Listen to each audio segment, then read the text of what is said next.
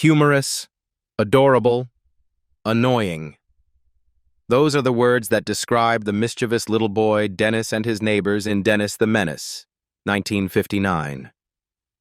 But if you think that cast has kept their youthful glow, prepare to be shocked, because time has been far crueler than you might imagine. Some died in loneliness, some underwent so many surgeries they became unrecognizable, and others rose to become millionaires. Let's uncover the chilling truth together. J. North as Dennis Mitchell. J. Waverly. North Jr. was born on August 3, 1951 in Hollywood, California. He was only 8 years old when he played Dennis Mitchell, the mischievous but kind-hearted boy who became a symbol of American childhood in the 1960s. Jay's bright face and charming smile won over millions of fans, but behind the camera, the little boy was slowly losing his childhood. After the series ended, Jay tried to break free from the Dennis image by taking on more mature roles. In 1967, he starred in Maya, earning an Emmy nomination for Outstanding Child Actor. But fame could not heal the emotional scars left by years of abuse and manipulation on set.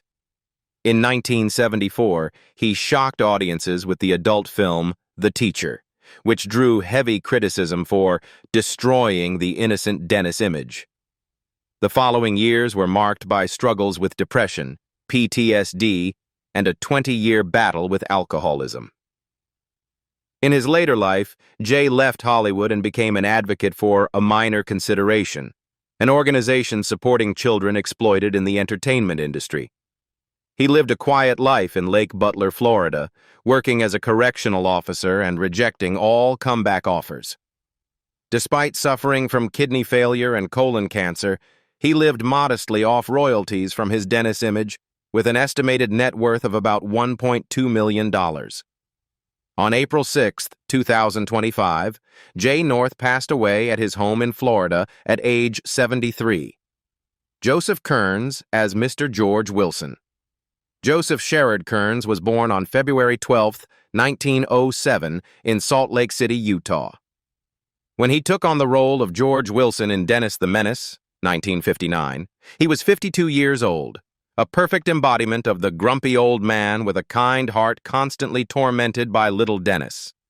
Kearns made audiences both fear and love him, but few knew that behind the laughter was a man plagued by loneliness, illness, and the fear of being cast out by Hollywood. Behind the humor lay a quiet tragedy. A lifelong bachelor who lived with his mother into his 50s, Kearns had to hide his homosexuality in an era when it was seen as sinful. He turned to music and alcohol to fill the emptiness. Each night he would play the organ alone in his soundproof home, a ritual meant to drown out reality. The pressure of work, constant smoking, and extreme weight loss slowly destroyed his body.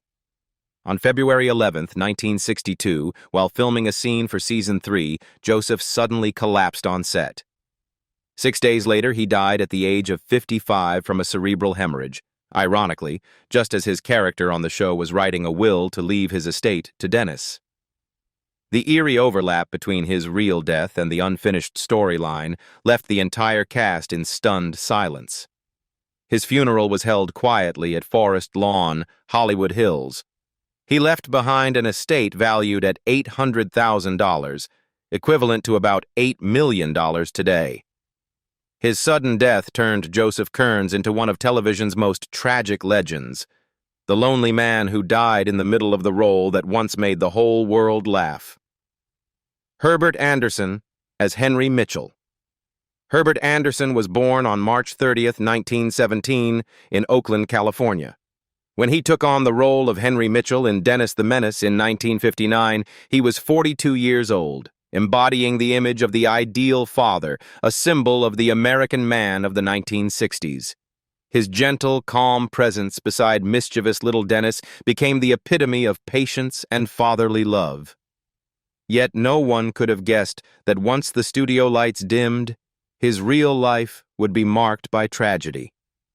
When the series ended, Herbert continued pursuing his art, appearing in The Millionaire, 1963, and Gunsmoke, 1965.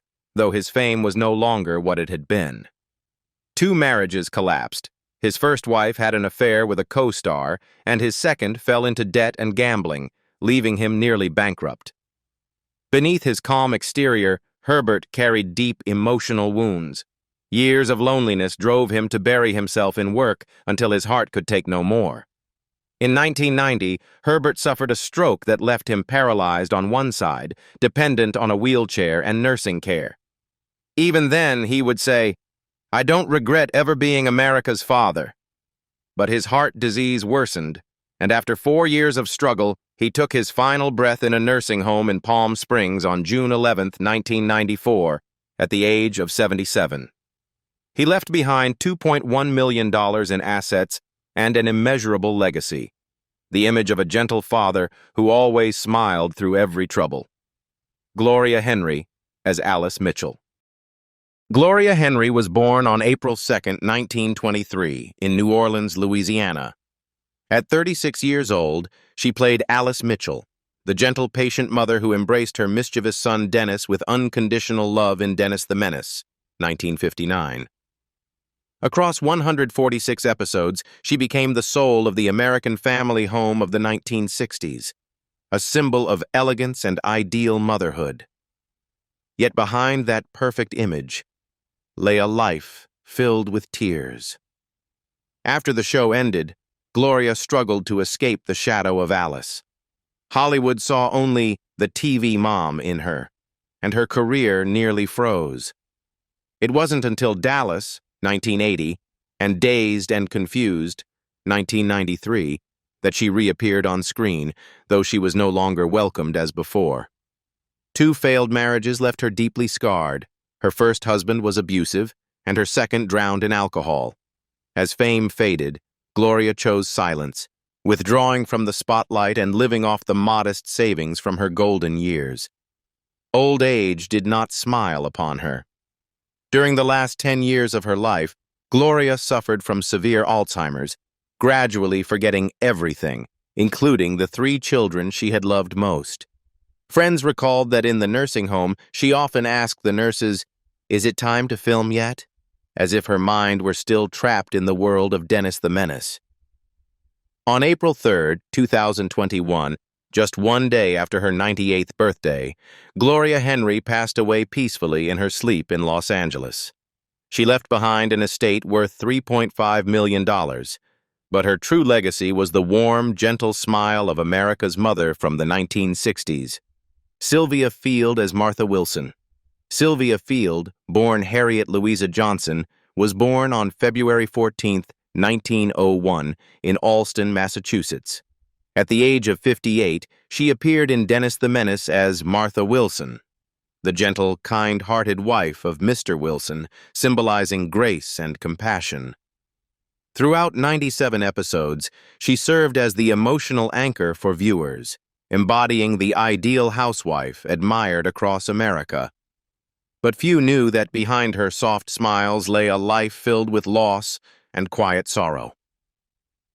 After the show ended in 1962, the death of Joseph Kearns, who played her on-screen husband, led to her character being written out of the script. Sylvia was left in emptiness, only taking minor guest roles in The Farmer's Daughter, 1964, and Bewitched, 1966. Though she remained devoted to theater her entire life, the screen never gave her another real chance. 3 failed marriages, 2 divorces, and 1 widowhood left her heart closed off. With no children and no family, she lived alone in a small California home, avoiding lights and interviews, surrounded only by faded photographs from her glorious past. Her old age was a long decline. Sylvia gradually went blind and deaf, eventually confined to a nursing home as her health deteriorated. Old friends said she would sometimes ask, "Is Joseph filming today?" as if her mind were still trapped on the set of 1962. On July 31, 1998, Sylvia Field passed away at a nursing home in Fallbrook, California, at the age of 97.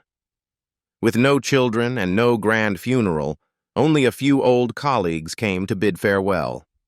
She left behind an estate worth $4.2 million and the image of a woman who devoted her life to bringing tenderness to the screen, only to leave this world in silence, just as she had lived.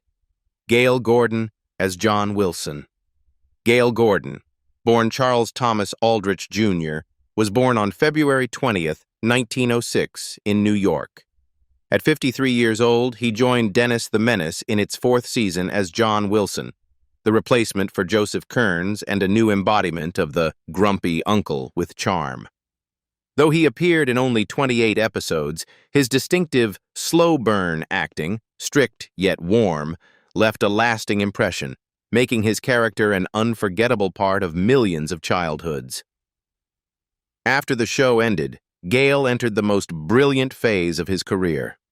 He became a longtime collaborator of Lucille Ball on The Lucy Show, 1963 to 1968, earning 3 Emmys. Jeannie Russell as Margaret Wade. Jeannie Russell was born on October 22, 1950, in Los Angeles, California. When she joined Dennis the Menace in 1959, she was just 9 years old, playing Margaret Wade, Dennis's future girlfriend, whose sharp wit and intelligence captured the hearts of audiences nationwide. Jeannie embodied the curious, clever little girl who made Dennis both fear and adore her. When the show ended, Jeannie chose not to continue acting. She made a brief appearance in The Beverly Hillbillies, 1964, before leaving Hollywood in search of a more grounded life. Once personally chosen by Jay North to play his on-screen partner, Jeannie instead pursued education, later becoming a veterinarian and eventually a chiropractic specialist. Her middle years were far from peaceful. Rheumatoid arthritis left her with a limp, while long-term depression forced her to rely on medication for 3 decades. Yet through the pain, she quietly dedicated herself to helping animals and patients alike. Her rare reunions with Jay North at nostalgia events were always tearful, 2 lost children revisiting a vanished childhood. Today, at 75 years old, Jeannie Russell continues to live a simple life in Oregon, far removed from Hollywood and fame. With an estimated net worth of around $800,000, she devotes her remaining years to caring for animals and teaching about intuitive eating. Billy Booth as Tommy Anderson. Billy Booth was born on November 7, 1949, in Los Angeles, California. At just 10 years old, he was cast as Tommy Anderson, the loyal best friend of Dennis Mitchell in Dennis the Menace. Billy became the embodiment of innocence, honesty, and childhood friendship. But when the show ended, that bright world faded away with little Tommy. Billy left Hollywood as he grew older, choosing a life of study and discipline. He graduated from the University of Southern California in 1971 and went on to become an attorney in Los Osos, California. Outwardly successful, he could never escape the emptiness that fame in childhood had left behind. His only marriage ended in divorce in 1990, leaving him isolated and dependent on alcohol. Acquaintances said he often sat alone watching reruns of Dennis the Menace, silently crying at the sight of his younger self. Years of alcoholism led to cirrhosis and severe liver failure. As his legal career crumbled, Billy went bankrupt and lived in a small apartment in San Luis Obispo. With no family and few friends, he continued teaching a few local law classes, clinging to what little normalcy he could. On December 31, 2006, Billy Booth died alone in his apartment at the age of 57. There was no large funeral, only a few neighbors discovered his body days later. His remaining estate was worth about $200,000, but the memory of the bright, kind-hearted boy who played Tommy Anderson continues to live on. Charles Lane as Mr. Lawrence Finch. Charles Lane, born Charles Gerstle Levison, was born on January 26, 1905 in San Francisco, California. When he joined Dennis the Menace in 1959, he was 55 years old, playing Lawrence Finch, the strict yet respectable neighbor, the quintessential grumpy old man of American television. Appearing in only 12 episodes, his sharp voice and piercing stare left an unforgettable mark. He was the man so devoted to rules that even the directors admitted they were intimidated by him. After the show, Charles continued an extraordinary career, appearing in over 250 films and hundreds of television programs. He featured in It's a Mad, Mad, Mad, Mad World, 1963, and The Odd Couple, 1970, as well as classics like It's a Wonderful Life and Mr. Smith Goes to Washington. Though often typecast as the irritable man, Charles once said, "If they need someone difficult, at least I can do it well."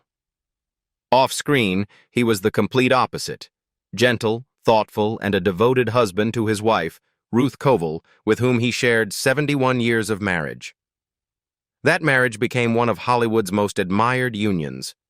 5 children, 10 grandchildren, and a cozy Brentwood home were all he ever needed. In his later years, he still read scripts, attended Screen Actors Guild meetings, and joked at age 100, "If anyone needs me to play an old man, I'm still breathing."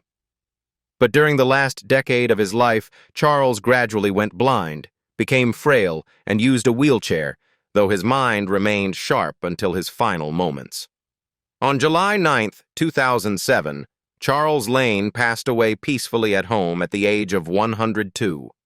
He died surrounded by family, leaving behind $3.5 million in assets and an immeasurable legacy, over 70 years dedicated to art, and the immortal image of the grumpy old man who became one of Hollywood's most beloved icons.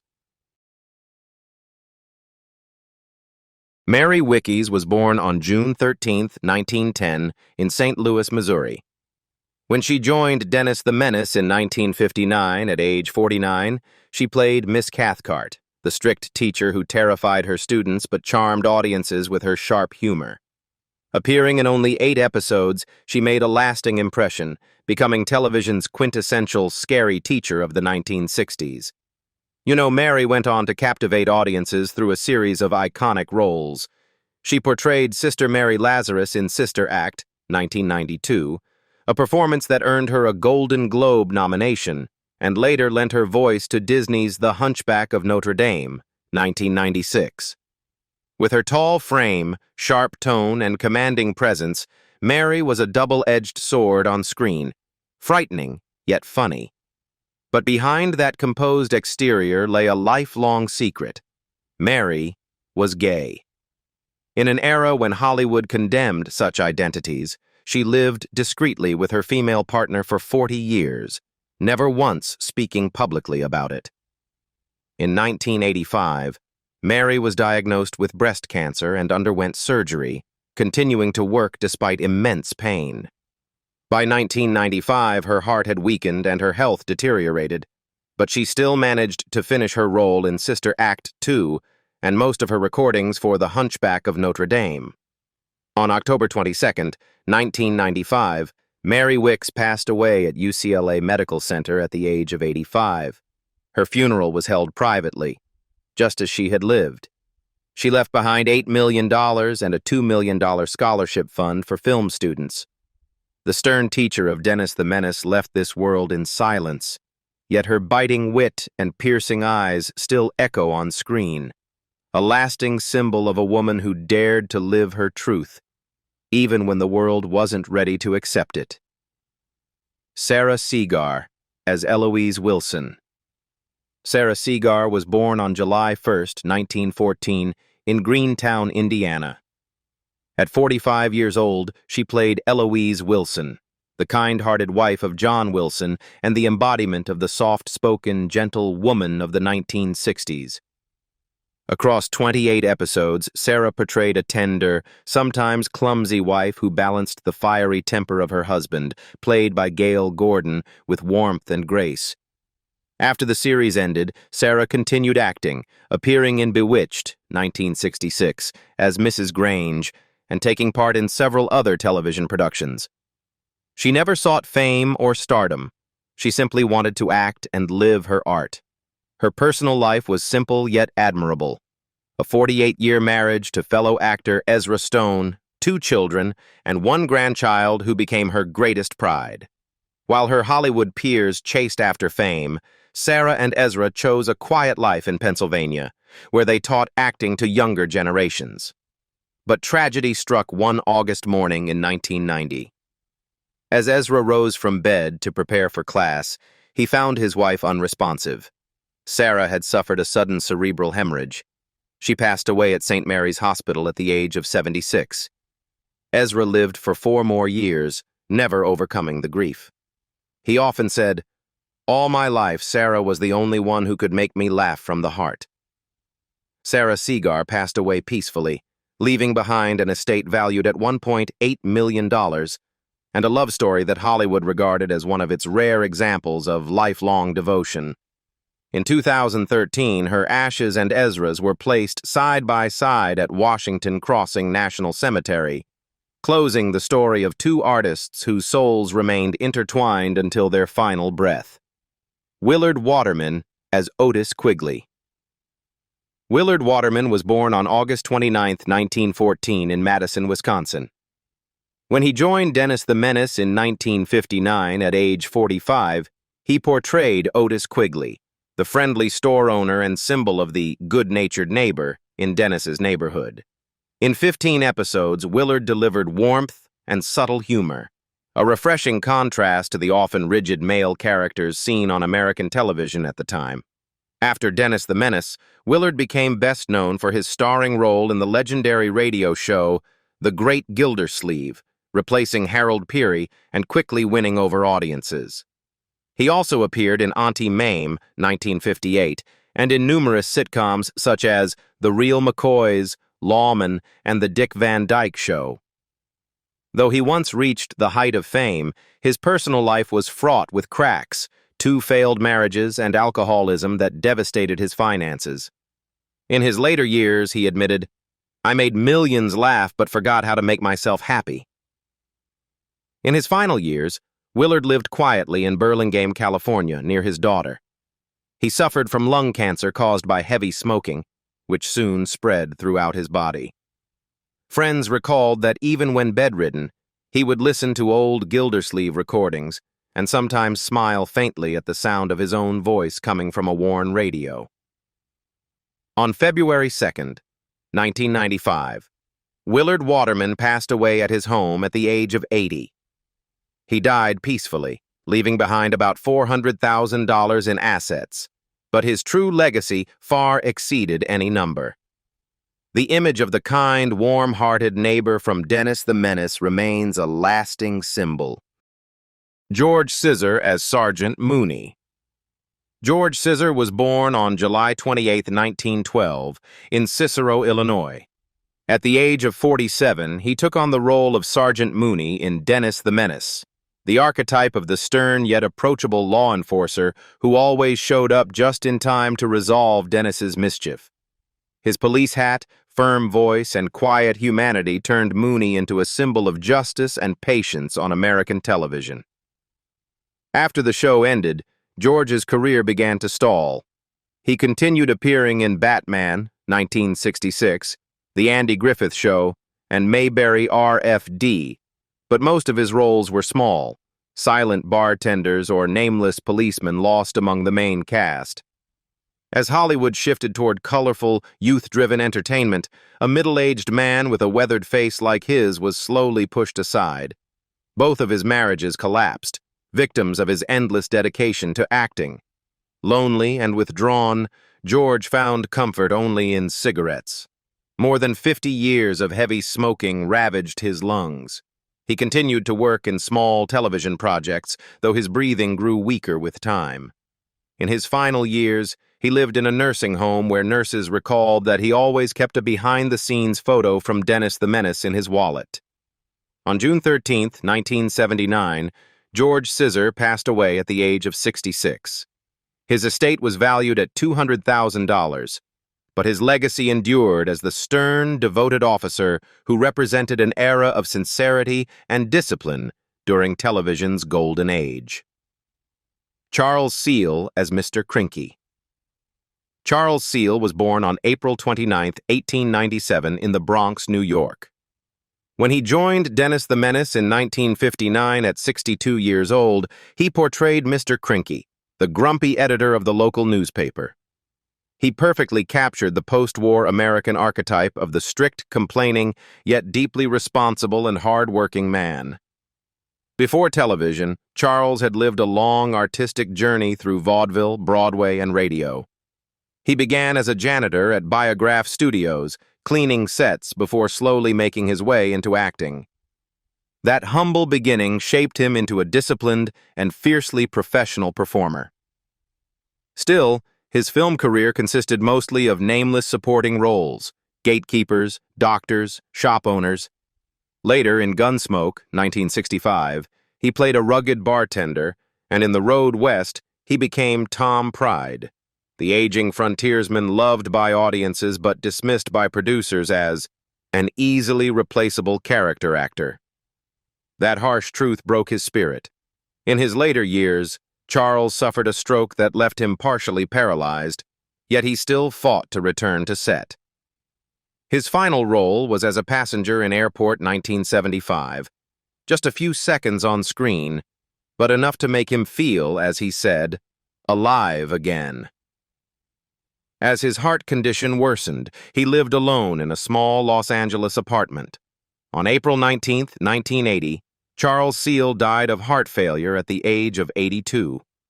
His funeral was held quietly, and his ashes were interred at Forest Lawn Memorial Park in Hollywood Hills. He left behind $150,000, a modest sum compared to the hundreds of roles he had brought to life. Kathleen Mulqueen as Grandma Mitchell. Kathleen Mulqueen was born on August 6, 1899, in Philadelphia, Pennsylvania. When she joined Dennis the Menace in 1959, she was 60 years old, playing Grandma Mitchell, the gentle, compassionate grandmother who served as young Dennis's emotional anchor.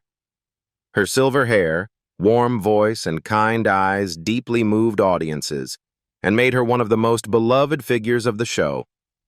Following that success, Kathleen appeared in other television series such as The Rifleman, 1958, and Arrest and Trial, 1963.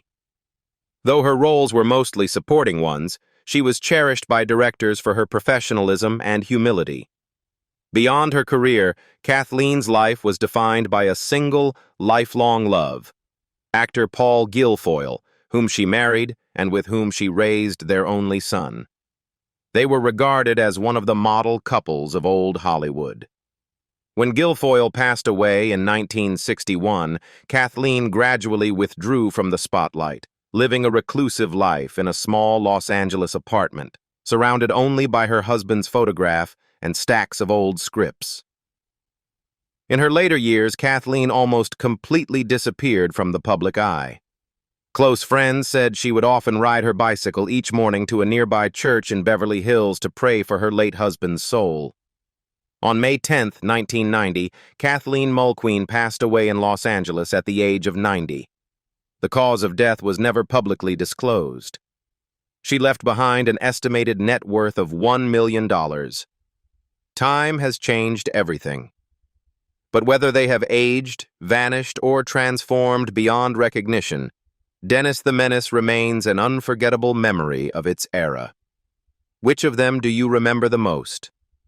Share your thoughts below. And don't forget to subscribe for more surprising then and now stories.